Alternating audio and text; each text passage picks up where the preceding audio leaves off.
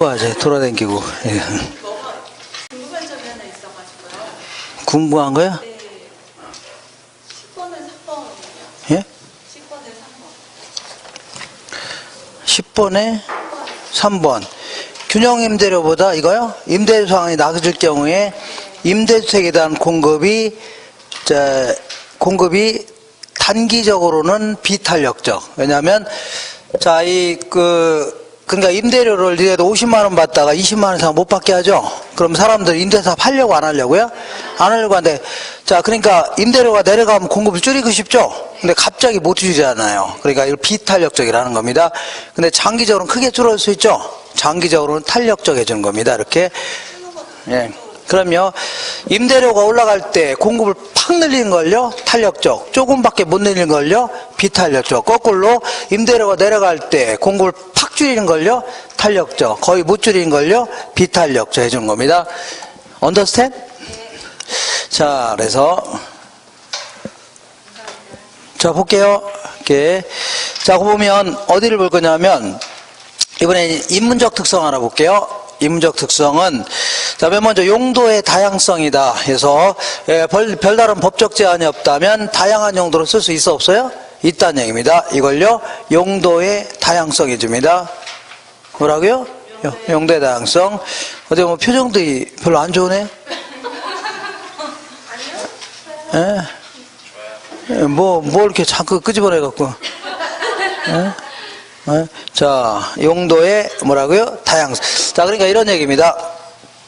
어떤 땅이 있는데 이게 농지였었습니다. 농지인데 이 지역이 도시 지역으로 바뀌는 바람에 자, 나도 여기다가 이제 주택을 짓고 살 수도 있는 거죠. 이런 식으로 최초로 창조적 이용도 가능하다는 얘기입니다. 그리고 나중에 이제 이게 주거지역에서 상업지역으로 바뀌는 바람에 나도 여기다 갈비집 할 수 있어 없어요? 있죠. 이런 식으로 이행과 전환도 가능하게 하는 겁니다. 그리고 용도가 다양하니까 어떤 용도로 쓰는 게 최고 최선의 이용이냐, 최유효 이용의 판단 근거 될 수 있죠. 그리고 이 땅이 어떤 땅이 있는데 이 땅을 어떤 용도로 쓰는 게 가장 최적의 입지가 될 것인가, 이거를 적지론 해줍니다. 뭐라고요? 적지론. 자, 우리 입지론은 크게 두 가지인데 내가 빵집을 하려고 하는데 어디서 하는 게 최적의 입지가 될 것인가, 이거와 관련된 거를요 입지론 해줍니다. 그 다음에 일단은 땅이 있는데 이걸 어떤 용도로 쓸 것인가를, 어떤 용도로 쓰는 게 최적의 입지가 될 것인가, 이거와 관련된 거를요 적지론 해줍니다. 뭐라고요? 적지론. 근데 만약 이게 한 개의 용도로밖에 못 쓰게 돼 있다 그러면 적지론이라는 게 나올 수 있어 없어요? 없다는 얘기입니다. 그러니까 적지론의 근거가 되는 겁니다. 그죠? 그 다음에 땅이라는 건 어떤 용도로 쓰느냐에 따라서 가격이 다 달라요? 같아요? 달라질 수 있죠. 이거를요 정확히 표현하면 가치 다원설인데 이거는 인문과정에서 얘기하는 거니까 그냥 가격 다원설에도 무방합니다. 그 다음에 이런 얘기를 해볼게요. 아까 얘기한 대로 이 물리적인 공급은 가능해요? 불가능해요? 불가능합니다. 물리적 공급은. 근데 이쪽으로 오겠습니다. 자, 이렇게 보겠습니다. 우리나라 땅 이만큼 있는데 이건 바다로 쓰이고 있고 이만큼은요 농지, 이만큼 택지로 쓰이고 있는데 자, 이 물리적인 절대량을 늘릴 수 없는 거죠? 맞죠? 근데 만약에 농지에 대한 수요가 증가하면 바닷물을 메꿔서 늘릴 수는 있어 없어요? 있죠. 그 다음에 택지에 대한 수요가 증가하면요 농지를 택지로 바꿔서 공급 가능해요? 불가능해요? 그렇다고 해서 물리적인 절대량이 늘어난 거예요? 아니고 이 부분이 용도만 바뀌었을 뿐이죠. 이게 다른 용도로 바꿔서 공급한 거 아닙니까? 그러니까 이거를요 경제적 공급이다 표현합니다. 무슨 공급이라고요? 경제. 자, 요거는 가능하다는 얘기입니다. 경제적 공급은 가능하다, 이렇게 얘기합니다. 이거는 왜 그래요? 용도의 다양성 때문이었습니다. 용도의 뭐라고요? 다양성이다. 자, 그래서 이렇게 용도 전환을 통한 공급을요 용도적 공급이다. 이게 택지라고 한다면 어느 지역에 택지 가격이 이만했을 때 이만큼을 공급하려고 했는데 택지 가격이 좋아졌다는 얘기죠. 그러면 건설업자는 농지를 택지로 바꿔서 공급은 가능하죠. 이 공급량을 이렇게 늘릴 수 있다, 그런 얘기입니다. 이렇게. 자, 그러니까 어떤 형태라고요? 이러한 형태로 되는 거죠. 이걸 우상향한다 해줍니다. 뭐라고요? 얘는 수직이다. 우상향한다 해줍니다. 자, 다시 이쪽으로 올게요. 자, 그래서 용도 전환을 통한 토지의 경제적 공급은 가능하죠? 가능하다. 이거는 그렇기 때문에 공급선이 어떤 형태라고요? 우상향하는 형태 있죠? 이렇게 될 수 있다는 얘기입니다. 자, 이번에는 병합 분할의 가능성 알아볼게요. 병합 분할의 가능성은 토지는 인위적으로 다른 땅을 구입해서 합쳐서 이용할 수 있는 거 아닙니까? 내 땅의 일부를 잘라 팔 수 있죠? 이걸요 병합 분할이 가능하다 해줍니다. 그래서 요거는 이런 표현 볼게요. 이게 뭐가 있냐면 내가 이제 여기다가 주거용으로 쓰고 있었는데 20평짜리를 자, 근데 정부가 이 지역을 주거지역에서 상업지역으로 바꿔놓는 바람에 나도 갈비집 하려고 합니다. 뭘 하려고요? 갈비집 하려고 하는데 20평 가지고 갈비집을 할 수는 있지만 이거 해봐야 뭐 주차용도 안 나오고 너무 협소하죠? 고민하고 있었는데 옆에 있는 애가 80평을 팔겠답니다. 그럼 팔게 되면 몇 평이 되는 거예요? 100평 되는 거죠? 100평 정도라면 충분히 갈비집 할 만하죠? 그러니까 자 주저주저 했었는데 너무 작아서 합쳐놓으니까 용도를 바꾸는 게 아주 수월해졌죠? 이걸요 용도의 다양성을 지원해준다 표현합니다. 그 다음에 토지를 자꾸 합치게 되면 평당 단가가 올라갈 수 있습니다. 지나치게 또 합치면 떨어질 수도 있는 거예요. 그 다음에 분할하게 되면 때로는 가치가 올라갈 수도 있습니다. 평당 가치가. 예를 들어서 이렇게 큰 땅을 적절히 잘 쪼갠다면 가치가 올라갈 수도 있죠. 평당 가치가. 근데 지나치게 막 쪼갠다 막 이렇게 그러면 오히려 자 쓸모없는 땅이 될 수도 있죠. 오히려 가치가 떨어질 수도 있는 겁니다. 이런 식으로 분할에 따라서 증가도 발생할 수 있고 감가도 될 수 있다는 얘기죠. 이렇게. 그 다음에 규모의 경제라는 게 뭐냐면 규모가 점점 커짐에 따라서 생산비가 절감되는 비용이 절감되는 효과를요 규모의 경제라는 겁니다. 그러니까 자 규모가 점점 커짐에 따라서 비용이 절감되니까 이익은 커져요, 작아져요? 커진다는 얘기입니다. 그러면 다른 형태로 한다면 덩치가 클수록 이익이 커질 수 있다는 얘기죠. 덩치가 커질수록 이익이 커질 수 있다 그런 얘기인데 이마트 같은 경우 옆에 있는 이마트 같은 경우에는 소량 구입해요, 대량 구입해요? 대량 구입하면서 무지막지하게 싸게 구입할 수 있죠. 이게 일종의 뭐라고요? 규모의 경제입니다. 그러니까 대량으로 구입하면 싸게 구입할 수 있는 거 아닙니까? 예를 들어 항상 제가 얘기하지만 지나가다 수박 1개 구입하면 10,000원인데 내가 그러는 겁니다. 아저씨 여기 있는 거 다 주세요. 7,000원씩에. 그러면 아저씨도 팔 수 있는 거죠? 이런 게 일종의 답을 하고요. 규모의 경제입니다. 그러니까 이마트 같은 경우는 물건을 무지막지하게 대량 구입하면서 무지막지하게 싸게 구입합니다. 그러면서 무지막지한 이익을 챙긴다는 얘기죠. 이런 게 일종의 규모의 경제인데 그러면 자, 여기가 이제 그 호평, 평내, 마석, 그 금곡 지역인데, 이런 지역 아닙니까? 여기다가 이마트를 편의점만 하게 한다. 그럴 경우는 규모의 경제가 발생해요, 안 해요? 안 할 거 아닙니까? 규모를 좀 더 키우려고 할 겁니다. 이렇게. 그러면 요 정도 규모가 이 지역의 수요를 흡수하기에 딱 적합한 규모라는 얘기죠. 그러면 요 정도까지는 규모를 제고 키우려고 할 겁니다. 이걸요 규모의 경제 구간 해줍니다. 뭐라고요? 규모의 그냥. 근데 규모가 커진다고 해서 막 계속 이익이 생긴다고 하니까 무턱대고 막 덩치를 크게 하면 오히려 운용의 비효율이 나타날 수 있죠. 그러니까 이 정도 범위에서 옆에 있는 이마트 규모는 딱 적합한데 이거를 막 층수를 막 20층 올린다거나 아니면 더 넓게 하면 오히려 그 운영의 비효율이죠. 낭비가 더 커질 수 있다는 얘기죠. 들어온 걸 까먹을 수 있다는 얘기입니다. 그러니까 이 정도 규모가 딱 적합한데 이거 이상 키우게 되면 오히려 손해날 수 있죠. 이걸요 규모의 불경제 구간이라는 겁니다. 규모의 뭐라고요? 불경제 구간. 자, 그래서 규모의 경제 구간까지는 계속 규모를 키워야 되는데 이때 자꾸 하필 현상이 나타납니다. 하필이 뭐냐면 필지를 자꾸 합치려고 한다는 얘기죠. 요거를 유식한 표현으로 영어로는 플로테이지 현상이다 해줍니다. 뭐라고요? 플로테이지 현상이다. 이렇게. 자, 그래서 하필 현상 써놓으세요. 여기다가 규모의 경제 구간까지는 뭐라고요? 합치려고 하죠.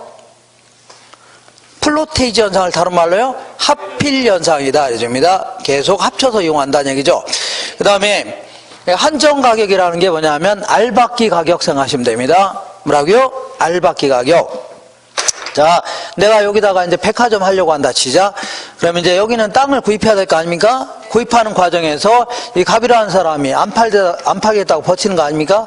그죠? 그러면 이걸 알박기 한다 해줍니다. 뭐라고요? 알박기. 그래서 여기 이제 정상 가치는 2억밖에 안 되는데, 요 땅이 없으면 백화점 지을 수 있어, 없어요? 없죠? 요거 없이 어떻게 짓습니까? 어쩔 수 없이 뭐 10억이건 20억이건 줘야 되겠죠? 그죠? 이런 거를 이렇게 합병하는 과정에서 당사자에게만 국한되어 있는 가치, 이걸요, 한정가치라는 겁니다. 한정가격. 되시죠? 이런 게 합병하는 과정에서 발생하는 겁니다. 이렇게. 그 다음에 이번에는 위치의 가변성이다 해서 이 물리적 위치는 변해요? 안 변해요?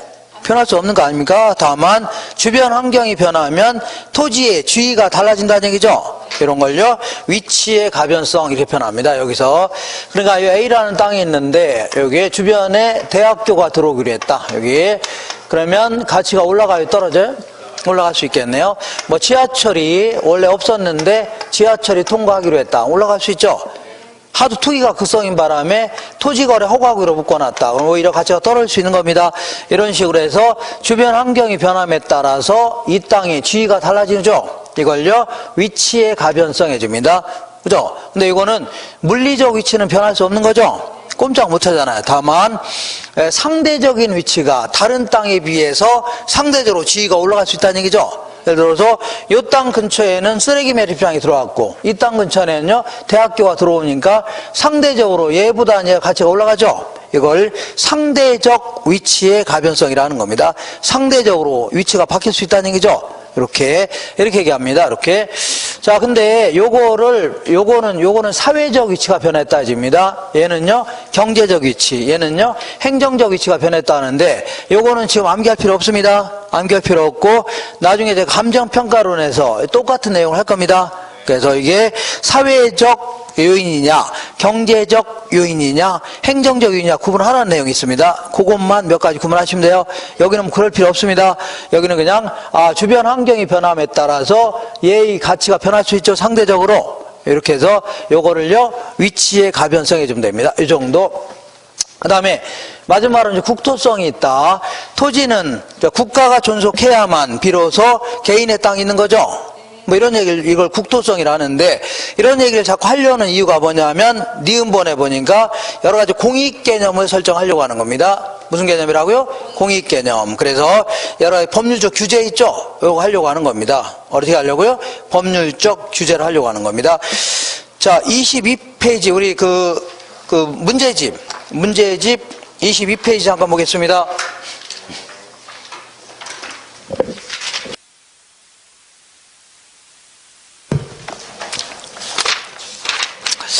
22페이지 찾으셨나요? 1번 볼게요. 응용 예상 문제 1번. 다음은 토지의 특성에 관한 설명이다. 내용이다. 옳은 것은 모두 몇 개인가? 개별성으로 인하여 특정 부동산에 대한 시장 정보 수집이 어렵고 거래 비용이 높아질 수 있다. 맞는 거죠? 그러니까 다 다르기 때문에 정보 수집이 상당히 어렵다. 자, 2번 볼게요. 부증성 때문에 소모를 전제로 하는 재생산 이론이 적용이 안 된다. 어쨌거나 소모를 전제로 어쩌고 나오면 답을 하고요. 영속성 기억나셔야 됩니다. 영속성. 그 다음에 디귿번에 간척 사업이라든가 공유 수면을 매립하는 거 이런 것들은 부증성의 예외이다. 틀렸습니다. 예외가 아니다 해줘야 돼요. 얘가 아니라 그냥 자 일종의 용도 전환에 불과한 겁니다. 어떻다고요? 용도 전환에 불과해요. 그러니까 부증성은 예외가 없는 겁니다. 얘가 없어요. 그러니까 예외가 아니다. 용도를 다른 용도로 바꿨을 뿐입니다. 이렇게. 그 다음에 자, 리을번 볼게요. 비생산성으로 인하여 소유와 관련하여 경계 문제가 발생한다. 경계 문제가 발생하는 이유는 같이 붙어 있어서 그런 겁니다. 인접성 때문이에요.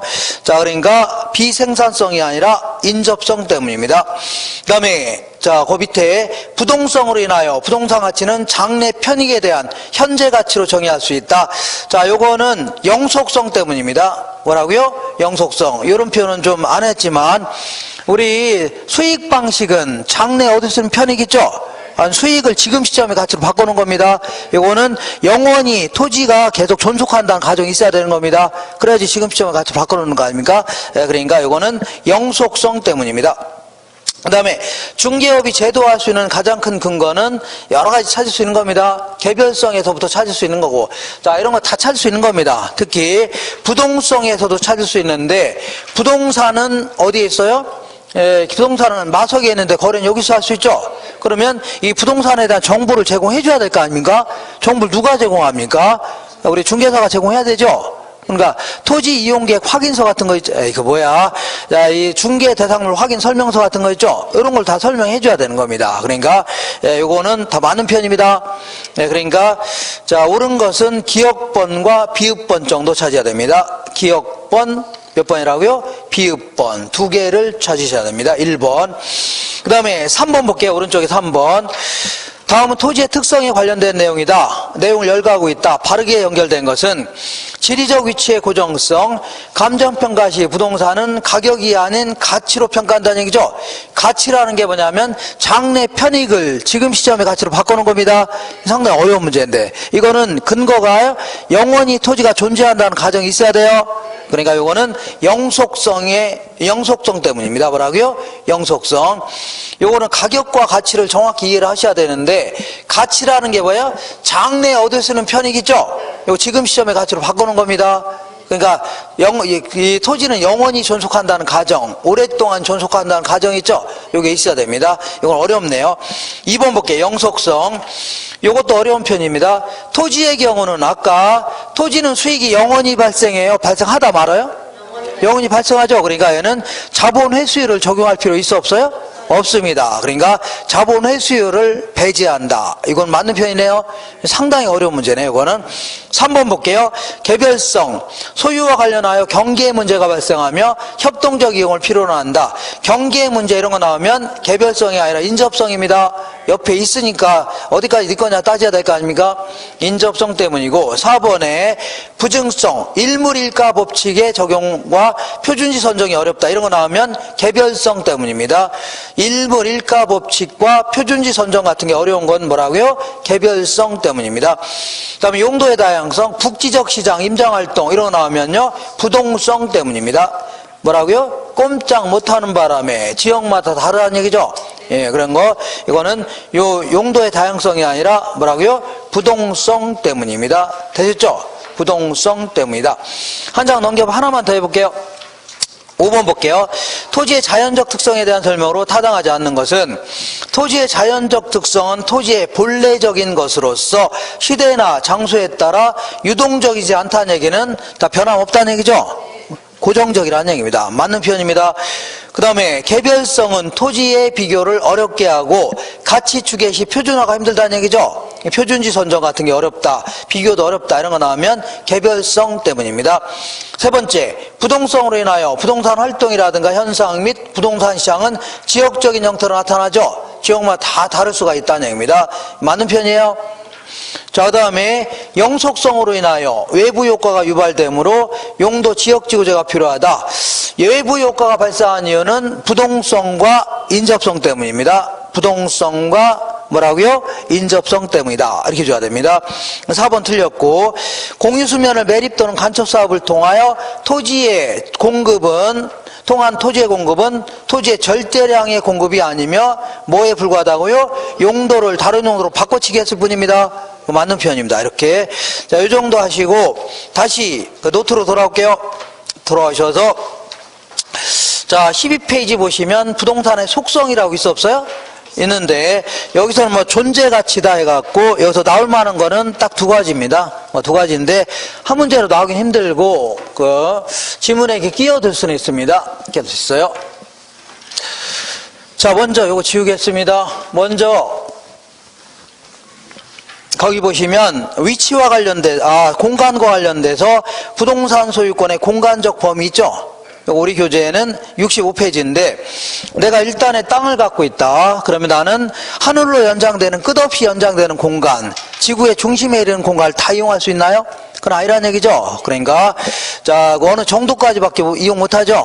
그럼 어느 정도까지 이용할 수 있냐 그런 얘기인데 우리 민법 제212조에 따르면 토지 소유권은 정당한 이익이 있는 범위 혹은 미치는 범위 내에서 토지의 상하에 미친다는 얘기죠. 이런 식으로 정하고 있습니다. 그러니까 이런 얘기입니다. 자, 지구는 둥글어요? 안 둥글어요? 둥글죠. 이렇게 내가 여기부터 여기까지 땅을 갖고 있다는 얘기죠. 그러면 요 지표상의 공간을요 수평 공간 이렇게 줄게요. 수평 공간. 하늘로 연장되는 공간을요 공중 공간 이렇게 표현합니다. 그 다음 지구의 중심에 이르는 공간을요 지중 공간이다 해줍니다. 그러면 내가 하늘로 끝없이 연장되는 공간, 지구의 중심이 되는 공간을 다 이용할 수 있냐? 그건 아니란 얘기죠. 그러니까 정당한 이익이 있는 범위까지만 상하에 미친다는 얘기입니다. 이 정도 되셨죠? 이렇게 여기까지만 이용할 수 있는데, 근데 문제는 이 정당한 이익이 있는 범위가 민법에 지상 몇 미터, 지하 몇 미터 딱딱 정해주고 있냐? 그건 아니란 얘기죠. 그냥 두루뭉실하게 그냥 정당한 이익이 있는 범위까지만 영향을 준다는 얘기죠. 소유권 인정되겠다는 얘기죠. 그건 얘기하는 겁니다. 그렇기 때문에 다툼이 있는 경우는 관행이라든가 관습, 지역 지구제 이런 걸 감안해서 사람이 판단할 수밖에 없는 겁니다. 이렇게 어쨌거나 이 수평 공간 내에 여기부터 여기까지는 내가 남들의 방해를 받지 않으면서 배타적으로 이용할 수 있는 거죠. 이걸 뭐라면 지표권이다 해줍니다. 무슨 거이라고요? 지표권. 그 다음에 여기부터 여기까지는 내가 남들의 방해를 받지 않으면서 이걸 이용할 수 있죠. 여기까지 이용할 수 있는 거 아닙니까? 이걸요 공중권이다 해줍니다. 자, 그리고 별다른 말이 없이 그냥 자, 우리 소유권 하면 개인의 소유권을 얘기하는 겁니다. 이거 똑같이 자, 이 공중권 하면 개인의 공중권을 얘기하는 겁니다. 다만 이쪽과 좀 구분하기 위해서 이걸 사적 공중권 이렇게 표현합니다. 뭐라고요? 사적 공중. 그러면 이 윗부분은요 공공이 소유하는 공중권입니다. 이걸요 공적 공중권이다 해줍니다. 이렇게. 자, 그 다음에 이거 프린트가 이제 엉망이 돼서 이상하게 돼서 그렇습니다. 그 다음에 여기부터 여기까지는 여기까지는 내가 남들의 방해를 받지 않으면서 배타적 이용할 수 있는 거죠. 여기까지를 지하권이라는 겁니다. 뭐라고요? 지하권. 물론 이거와 비교하기 위해서 사적 지하권 해주면 되겠네요. 그럼 이건 뭐라고요? 공적 지하권이다 해줍니다. 이렇게. 자, 그러면 이러한 권리를 구성하는 구체적인 권리들을 쭉 살펴볼게요. 자, 먼저 지표권을 구성하는 권리는 이렇게 볼게요. 먼저 내가 여기부터 여기까지는 건물을 지을 수 있는 권리가 있어 없어요? 있죠. 그리고 자, 그 농지라면 농사질 권리도 있는 거 아닙니까? 그죠? 그럼 농사 지으려면 주변에 있는 물도 끓여야 돼, 안 끓여야 돼요? 뭐 저수지라든가 강에 있는 물도 끌어다 쓸 수 있는 권리도 있어야 되겠죠. 이런 걸 다 말하고요. 지표권을 구성하는 권리다 해줍니다. 그 다음에 지하권을 구성하는 권리는 뭐가 있을래나요? 내가 여기 땅을 갖고 있다. 그럼 당연히 이 땅 속에다가 지하층을 건설할 수도 있겠죠. 네, 지하 시설도 할 수 있는 거고. 자, 땅 속에는 흙이라든가 모래, 자갈, 암석 이런 거 있어 없어요? 이런 것 전부 다 개인의 소유를 인정합니다. 그 다음에 땅속에 지하수도 있겠죠. 지하수도 전부 다 토지의 일부로 간주합니다. 그러니까 개인의 소유를 인정해줍니다. 이 사람의 소유를 인정해준다는 얘기죠. 다만 땅속에 금이라든가 은, 텅스텐, 다이아몬드, 석탄, 석유 이런 게 있는데 이런 거를 미채굴 광물이라는 겁니다. 아직 채굴이 안 된 광물이죠. 이런 것들은 국가의 부와 관련되는 겁니다. 뭐예요? 국가의 부. 북이 되는 거 아닙니까? 그렇기 때문에 이거를 개인의 소유로 인정하지 않습니다. 이거 누구 소유라고요? 국가 소유로 하고 있습니다. 그래서 이걸 캐낼 수 있는 권리를 광업권 해주는데 광업권을 애초에 누가 갖고 있다고요? 국가가 갖고 있는 겁니다. 되겠죠? 그렇기 때문에 내가 이걸 캐내려고 하면 국가로부터 허가를 맡아야 돼요. 광업권을 구입해야 되는 겁니다. 광업권을 구입해서 캐야 돼요. 그죠? 그러니까 이것만 기하세요. 미채굴된 광물은 개인의 소유로 인정해야 안 해요? 안 한다. 기하십시오. 이 공적 공중권, 사적 공중권을 구성하는 권리는 당연히 여기까지 공중시설을 할 수 있는 거죠. 그죠? 여기까지 층수를 올릴 수 있는 거 아닙니까? 그리고 이 정도 범위 내에서라면 일조권 같은 것도 심해받으면 안 되겠죠. 소방권 같은 것도 있어야 될 거 아닙니까? 이런 게 다 공중권을 구성하는 겁니다.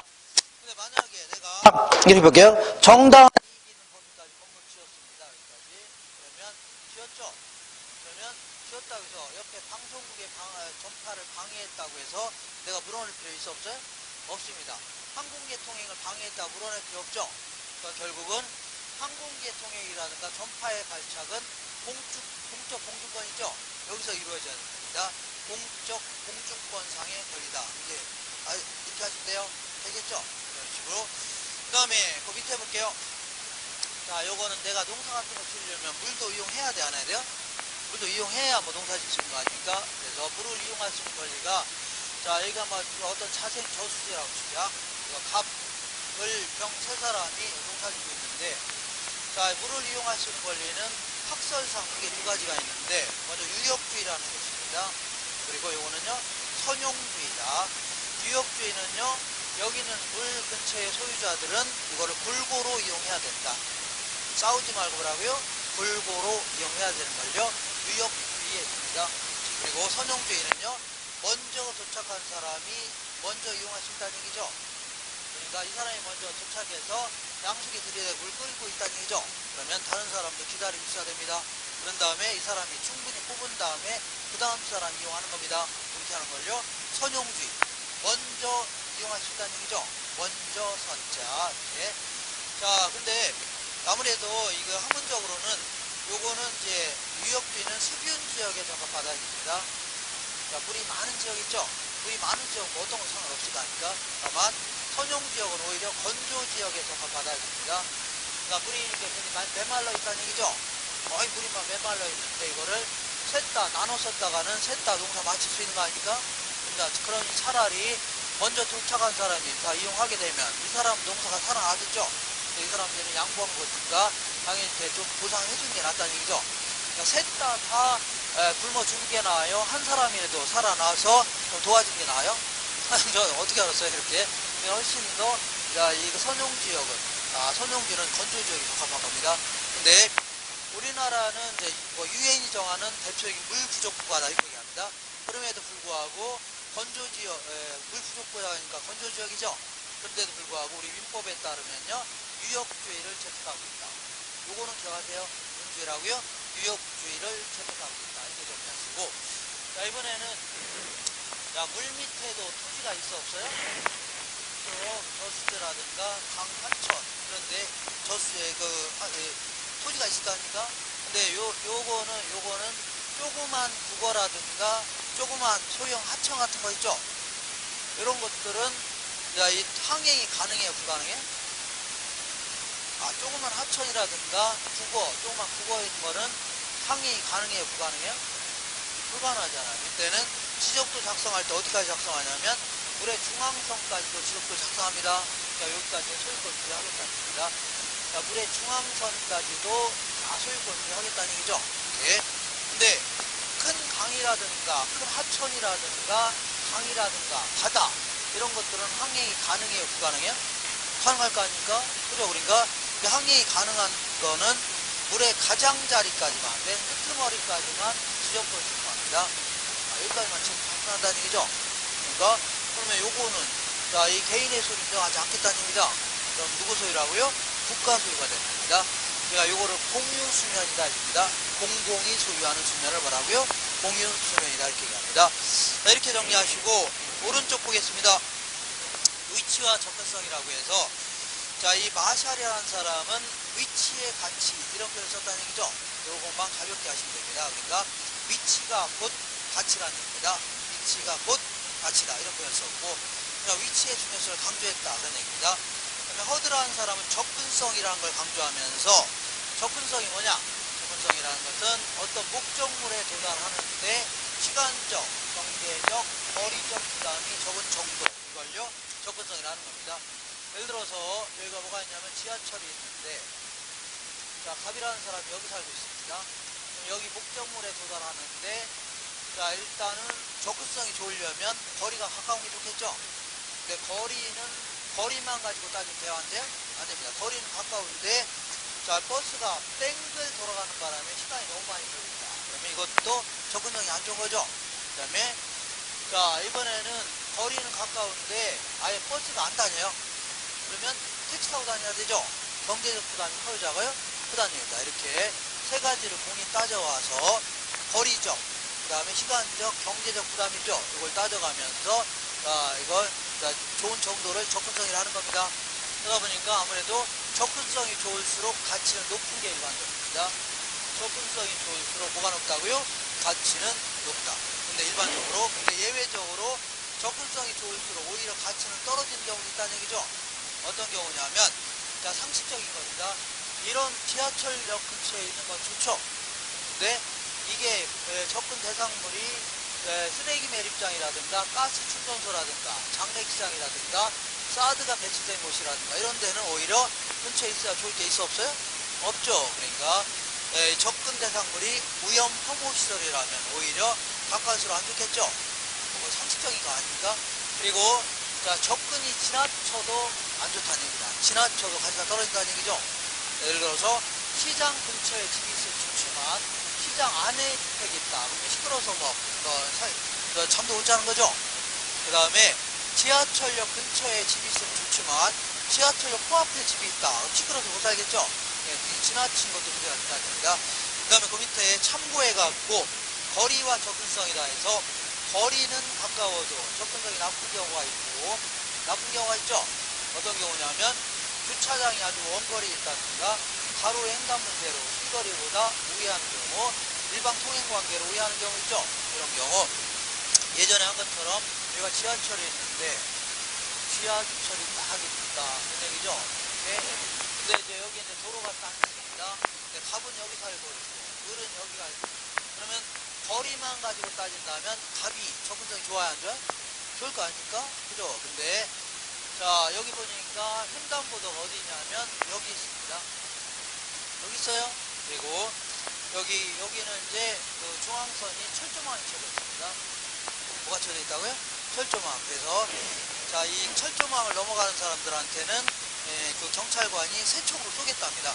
그러니까 여기다가 새총을 끼고 다니면서 넘어간 사람 있죠? 좀 탁 쏘겠다는 얘기입니다. 그러니까 재수 없어서 여기 넘으려고 안 해보게요? 안 해보니까 그럼 얘는 그냥 곧바로 이렇게 하면 되죠? 근데 을은 얘는 맨날 돌아가야 되니까 오히려 접근성이 안 좋다는 얘기죠? 얘기하는 겁니다. 그 다음에 접근성이 그다지 중요시되지 않는 부동산, 예를 들어 강한 흡입력이라든가 독점력이 있는 부동산이라든가 사람이 찾는 빈도가 높지 않은 부동산 있죠? 이런 것들은 접근성이 그다지 중시되지 않습니다. 옛날에 제가 얘기를 했는데 기억나시나 모르겠는데 자 지금 이제 요게 일산인데 일산 아시나요? 일산에서 이제 이 금천 쪽으로 가다 보면 금천 아시나요? 하죠 금천 이쪽으로 가다 보면 국도로 딱 가다 보면 여기 진짜입니다. 여기 이제 산이 있는데 보통 이마트는 여기 요 앞에 이쪽인가요? 이 거리 간격인가? 자 어쨌거나 이마트는 이쪽에 있나요? 이마트는 보통 도심 한복판에 있는 거 아닙니까? 근데 여기는 진짜입니다. 이 산을 이렇게 깎아서 산 아닙니까 이게? 깎아서 여기다가 이마트 딱 만들었습니다. 이렇게 진짜입니다. 이게 얘들이 겁대가리 없이 여기다 차린 이유가 뭐냐면 얘들은 이런 데 차려도 다 기어와요 하나요? 차 끌고 다 오는 거죠. 그러니까 아주 강한 흡입력이라든가 독점력이 있다면 접근성을 걔들은 굳이 중시하지 않는다는 얘기죠. 아무데나 차려도 막 기어와야 하나요? 온다는 얘기죠. 이렇게 그다지 접근성을 그다지 중시하지 않는다는 얘기입니다. 그죠? 이렇게 그 다음에 이 뭐냐 하면 요양원 같은 경우에 볼게요. 요양원 같은 경우는 원래는 요즘에는 거의 도심 한복판에 주로 있는데 요거는 애들 자제분들이 잘 찾아오라고 그런 거고 원래 요양하려면 어디 가요? 아주 공기 맑고 이런 데 있죠? 이렇게 깨끗하고 그 다음에 그 요양하기 편한데 이런데 조용한 데 있어야 될 거 아닙니까? 그죠? 그러니까 내가 허리 아파서 옛날에 한 것처럼 요양하고 있는데 친구들이 찾아오기 하도 쉬워갖고 툭 하면 소주 박스에 들고 와서 찾아오는 바람에 허리도 아픈데 숙병도 걸리는 거 아닙니까? 이것들이 집에도 안 가고 맨날 내가 붙어 있으니까 그냥 화투 치는 거 아닙니까? 어깨도 빠지는 거 아닙니까? 이렇게 허리 아파서 요양하고 있는데 술병도 알코올 중독도 걸리고 그 다음에 어깨도 빠지고 그러니까 그럼 대화인데 왜 이게 막 치다 보면 어깨 빠지지 않을까 이렇게 목포에다가 안 해봤나요? 안 해봤어요? 그래요? 보시도 안 해봤어요? 누나한테 겉보기가 되게 심심했어요. 겉보기에는 약간 좀 놀아본 것 같기도 하고 침개나 뱉어본 것 같기도 하고 느낌에 아주 애매모호하네. 되거나 이렇게 하시고 자 이번에는 뭐 밑에 볼게요. 부동산 활동의 속성이다 해서 요거는 이제 이런 얘기입니다. 자 우리가 의사가 있는데 의사는 남들의 생명을 다루는 활동 아닙니까? 그러니까 의사를 아무나 할 수 있어요? 상당한 정도의 지식도 갖춰야 되고 그 다음에 실무 능력도 있어야 되지. 아무나 칼 들고 대들면 대화인데요? 두어 칼 달고 막 수술한다고 하면 안 되겠죠? 그러니까 상당한 정도의 실무 능력도 있어야 되는 겁니다. 그리고 이 의사들이 돈만 하면 대화인데? 안 되죠? 그러니까 이 높은 수준의 도덕성, 윤리성도 갖춰야 되는 겁니다. 근데 요즘에는 지나치게 아무래도 자, 이 돈만 많이 알아서 의사들이 자꾸 막 성형외과라는 이런 거만 하려고 해서 문제가 됩니다. 있잖아요. 그죠? 어쨌거나 그러면 부동산업에 종사하는 사람들도 남들의 고액의 재산을, 부동산이라는 재산을 관리하는 활동 아닙니까? 이건 아무나 하면 돼야 안 돼요? 그러니까 우리가 힘들게 공부하는 거 아닙니까? 그리고 실무 능력도 좀 있어야 되는 겁니다. 꽤. 그리고 이거 돈만 알으면 돼야 안 돼요? 상당한 정도의 도덕성, 윤리성을 갖춰야 되는 겁니다. 그죠? 그러니까 일반 재화 활동과는 달리 이렇게 좀 어떤 특성이 요구되냐는 얘기죠. 이걸요, 부동산 활동의 속성이다 이겁니다. 그죠? 이렇게. 그러니까 일반 재화 활동과는 다른 어떤 속성이 나오겠습니다. 여기는 특성성 하십니다. 일단은 자, 이 높은 수준의 지식도 갖춰야 돼요, 안 갖춰야 돼요? 갖춰야 되고, 실무 능력도 있어야 돼요, 없어야 돼요? 있어야 되죠. 보통 이제 체계화된 시식의 관점에서는 과학성이 요구된다 합니다. 과학성 하면 학문이 쓰이고 있는 어떤 깊이 같은 거 있죠. 그걸 과학성이다. 그 다음에 실무에 적용할 수 있는 능력도 필요하죠. 그걸 기술성도 갖춰야 된다. 기술성이라는 게 어떤 현실에 적용할 수 있는 수단성 같은 거 있죠.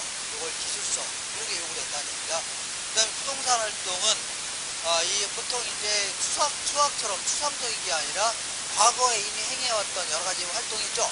이걸 경험 삼아서 그 사실도 설명하고 후일도 예측한다는 얘기죠. 이러한 형태의 경험 과학성을 띠고 있습니다. 그러니까 우리가 이제 중개 활동 같은 거 하면 과거의 경험 있죠. 상당히 큰 도움을 받을 수밖에 없는 겁니다. 그다음 세 번째, 부동산 활동은 우리나라는 자본주의과이죠. 그러니까 개인의 사유재산제를 인정합니다. 자기 마음대로 할 수 있는 겁니다. 자기가 웬만하면 법적 제한이 없다면, 그죠? 근데 내가 한 활동이 남한테 피해를 주면 돼야 안 돼요? 안 될 거 아닙니까? 아까 같이 주택 한복판에 연탄공장 차리면 남한테 피해를 줘야 안 돼요? 그죠? 그러니까 이러면 돼요, 안 돼요? 안 됩니다. 그러니까 어쨌거나 사익은 존중해줘야 되는 겁니다. 그렇다고 해서 공익을 해치면 돼야 안 돼요? 안 된다. 그러니까 공익과 이런 표현이 나와야 됩니다. 공익과 사익은 조화롭게 돼야 된다. 이런 거라든가 아니면요, 공익을 해치지 않는 범위 내에서 사익은 존중돼야 된다는 얘기죠. 이런 표현 나와야 됩니다. 만약에 문제에서 사익이 더 강조된다, 아니면 공익이 더 강조된다, 이런 거 틀린 겁니다. 알겠나요? 이렇게. 그 다음에 자, 높은 수준의 해당 분야의 전문적인 지식 같은 거 있죠. 이것도 필요합니다. 그래서 자, 전문성 할 때는 이렇게 보통 이제 감정 평가 분야에 있어서 1차 수준, 2차 수준, 3차 수준 이렇게 구분할 수 있는데 그 밑으로 내려갈수록 전문성이 점점 높아지는 겁니다. 뭐가 높아져요? 전문성. 그러면 자, 감정평가 분야에 있어서 3차는 누가 하는 거냐면 감정평가사가 평가하는 걸 얘기합니다. 누가 한다고요? 평가사가 평가하는 거를 3차 수준의 감정평가다. 그러면 1차는 자, 이 분야에서 전문성이 가장 낮은 자 있죠? 예를 들어서 아파트 매수자가 평가는 잘 모르는 매수자가 이 시장에 나와 있는 가격이 너무 비싸 보인다는 얘기 아닙니까? 그래서 이 집 저 집 중개업소 들리면서 자기 나름대로 평가해 볼 수 있어 없어요? 있죠? 이런 게 일종의 1차 수준입니다. 그럼 2차는 뭐냐? 2차는 감정평가사는 아니지만 뭐라고요? 감정평가사는 아니지만 부동산 관련 업종에 종사하는 자 있죠? 예를 들어서 공인중개사가 감정평가한다든가 은행의 대출 직원이 평가한다든가 이런 거 있죠? 이런 게 일종의 2차가 되는 겁니다. 그럼 질문해 볼게요. 자, 그럼 이번에는 중개활동 분야에 있어서 3차는 누가 하는 거야? 중개활동 분야. 아까 평가 분야에서 3차는 누가 하는 거라고요? 평가사. 중개활동에 있어서 3차는 누가 하는 거야? 공인중개사가 하는 겁니다. 그죠? 예. 맞지 않나요? 이렇게. 자, 그 다음에 한 장 넘겨볼게요. 자, 이거는 남들의 고액의 재산을 관리하는 이런 활동이기 때문에 상당한 정도의 사회성, 공공성이 강조돼서 직업 윤리가 중요하다는 얘기죠.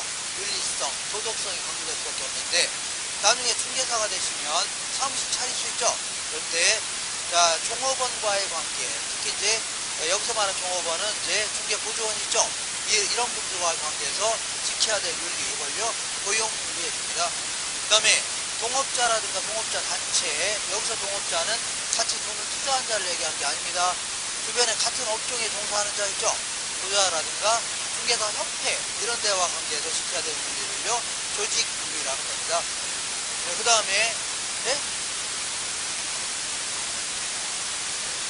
그러니까 여기서 동업자는 같은 업에 종사하는 사람을 동업자 해줍니다. 돈을 투자한 자가 아니에요. 같이 같은 업종에 종사하는 자를요 동업자 해줍니다. 그 다음에 서비스 윤리는 의뢰인이라든가 혹시 의뢰할지 모르는 사람 있죠? 이런 사람과의 관계에서 지켜야 될 윤리를요 서비스 윤리라는 겁니다. 공중윤리는요 일반 대중 공중과의 관계에서 지켜야 될 윤리. 자, 강남에 있는 중개업자들이 담합동에서 가격만 올리는 거죠. 그러면 사회 전체적으로 파급을 받을 수밖에 없는 거죠. 이런 게 일종의 그럼 돼요, 안 돼요?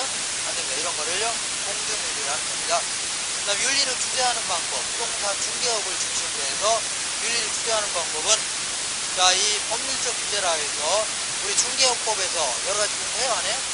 3학년 2반인지 1반인지 이런 거 하죠? 그런 거 이런 식으로 해서 규제도 하고, 그 다음에 자, 중개사 협회에서도 자, 여러 가지 직업 윤리 규정 같은 거 두고 있습니다. 그런 걸요 자율적 규제. 그러니까 우리나라에서는 둘 다 하는 거니까 절충적 규제를 할 수 있죠. 그 다음에 강릉에 있는 부동산을 여기서 거래할 수 있어 없어요? 있죠. 그러다 보니까 강릉에 있는 부동산이 어떤 건지 확인해야 돼, 안 해야 돼요? 상당한 정도의 정보를 필요합니다. 정보 활동성이 필요하고, 때로는 강릉까지 직접 가서 확인해야 돼, 안 해야 돼요? 해야 돼. 인장 활동이 필요합니다. 그 다음에 나중에 중개사가 되시면 사람도 잘 관리해야 돼, 안 해야 돼요? 네, 사람도 잘 관리해서 꾸준히 2, 3년 정도는 계속 사람 관리해야 됩니다.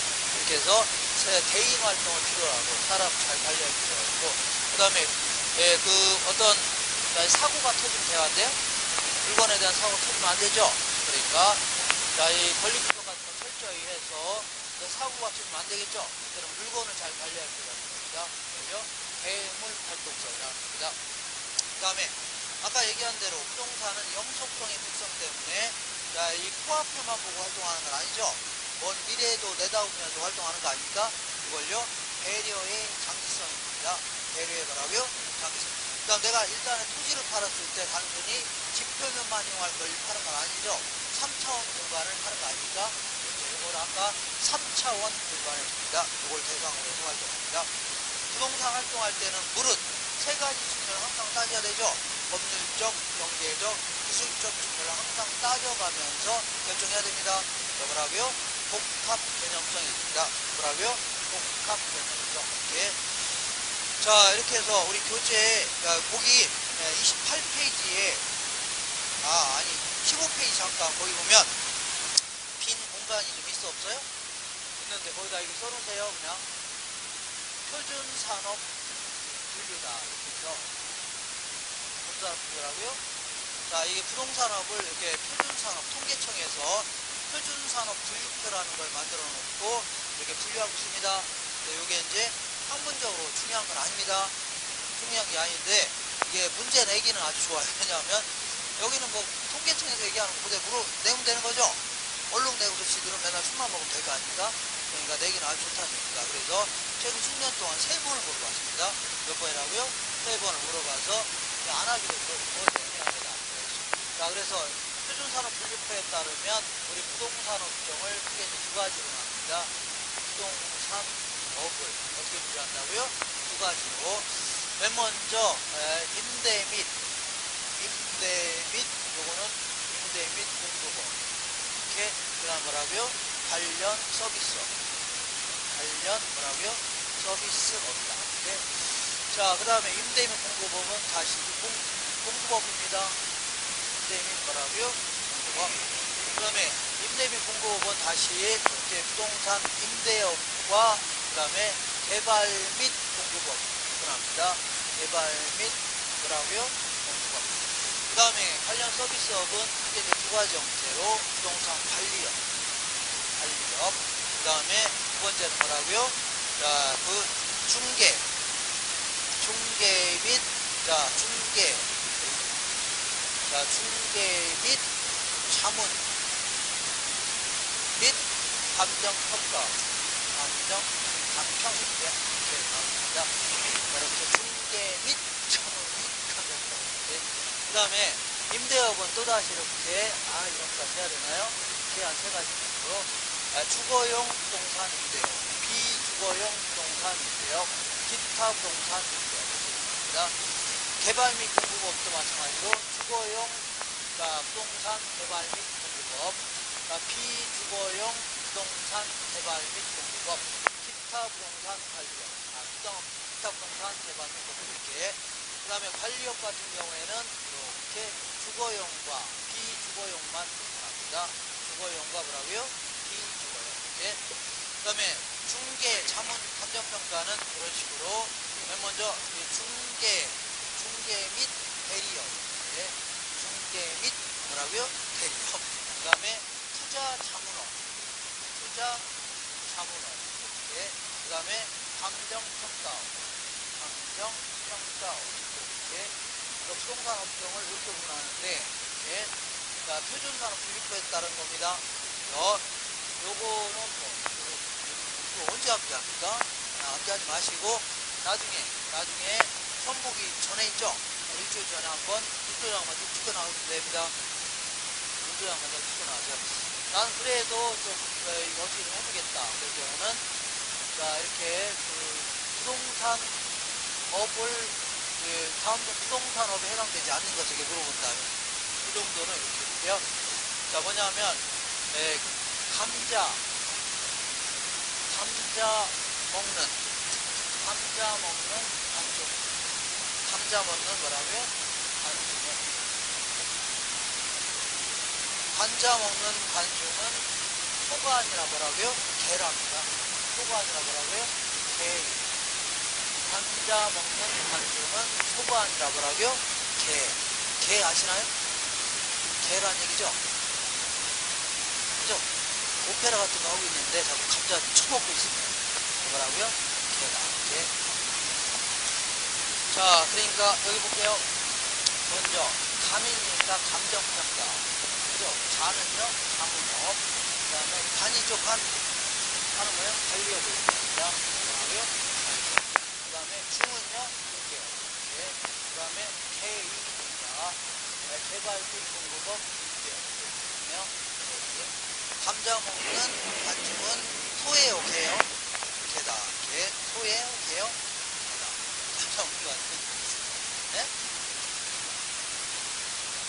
님은요? 감자 먹는 관중은 뭐라고요? 개. 자, 문제 한두 개 앞에 끝내겠습니다. 네. 28페이지 보겠습니다. 28페이지에 29페이지에 오른쪽 아래 맨 아래 보면 9번에 거기 분류 나왔어요? 안 나왔어요? 요거 부동산업은 부동산 임대 및 공급업. 한 장 넘겨볼게요. 관련 서비스업 있죠? 여기 논하는 거 아닙니까? 여기 한번 정리하시고. 자, 28페이지 돌아올게요. 28페이지 8번 볼게요. 8번. 부동산 활동의 성격 및 특성에 관한 설명 중 가장 적절하지 않은 것은 부동산 활동은 토지 등을 대상으로 의사를 결정하고 실행에 옮기는 관리적 측면의 여러 가지 행위이다. 맞는 겁니다.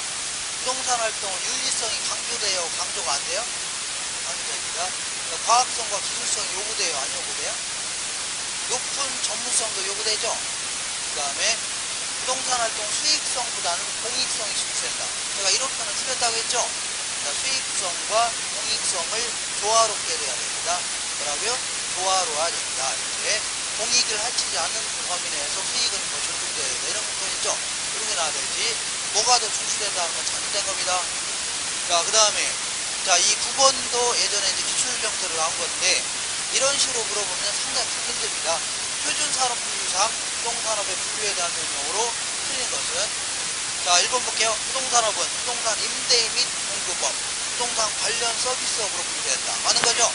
임대 및 공급업, 관련 서비스업으로 분류합니다. 2번 볼게요. 부동산 임대업은 또다시 뭐라고요? 주거용, 비주거용, 기타 있죠? 분합니다. 부동산 임대업은 주거용 건물 임대업, 비주거용 건물 임대업, 기타 부동산 임대업으로 분류된다. 맞는 거죠?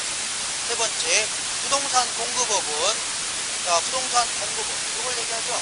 개발 및 공급업, 공급업은 주거용 건물 공급업, 비주거용 건물 공급업, 기타 부동산 공급업 있죠? 개발도 다 포함되는 겁니다. 이렇게. 이것도 틀린 건 아니에요. 4번 볼게요. 부동산 관련 서비스업은 부동산 관리업, 감정평가업, 부동산 컨설팅업, 부동산 중개업으로 분류된다. 틀렸죠? 자, 이게 관련 서비스하고 관리하고 이렇게 나눠요. 관리와 이거 있죠? 관리업과 이렇게. 이상하게 써놓은 거니까 넌 틀린 겁니다. 컨설팅이 나오면 돼요? 안 돼요? 안 됩니다. 이렇게. 자, 그 다음에 5번 볼게요. 그냥 관련 서비스업은 관리업과 그 다음에 중개, 자문, 감정평가업이죠. 이렇게 분류하셔야 돼요. 그 다음에 5번 볼게요. 부동산 관련 서비스업 중에 부동산 관리업은 주거용과 비주거용으로 분류합니다. 주거용과 뭐라고요? 비주거. 그러니까 이런 식으로 물어보면 상당히 힘들어요. 네, 이런 경우는 어떻게 잘하면 치고 나오시고, 그렇지 않고 나머지 두 문제를 이렇게 물어봤습니다. 다음 중에 부동산 업종에 속하지 않는 것은 이렇게 물어보죠. 그럼 이거 맞춰야 됩니다. 어떻게 맞춰야 돼요? 감자 먹는 관중은 소예요, 개요? 개다. 이렇게 해서 맞추면 됩니다. 이렇게 물어보면 맞출 수 있습니다. 맞죠? 자, 이렇게 해서 자, 오늘 하루 종일 너무 많았습니다. 이거 안 했나요? 소야 뭐 말할 것도 없지만 어쨌거나 말해야 됩니다. 예. 그래도 즐거운 시간 가졌었네요. 별로 안 즐거웠어요? 그래도 참 대단하십니다. 30분이 어떻게 안 되나요? 네? 안 되죠. 엄청 못했는데. 그리고 이제 서울에서 부산까지 갈 때 운전하고 가잖아요. 얘기했나? 그러면 나중에 갈 때까지는 뭐 피곤한지 모릅니다. 가족도 피곤한지 모르겠다. 근데 옆에서 앉아서 가는 사람 있죠? 굉장히 피곤합니다. 많이 앉아서. 이게 더 피곤합니다. 앉아서 가는 게. 그죠? 자, 그러니까 어쨌든 얼른들 쉬시고, 다음 주 있죠? 다음 주 월요일 날 아주 매우 건강한 모습 뵙도록 하겠습니다. 고생하셨습니다. 이상입니다.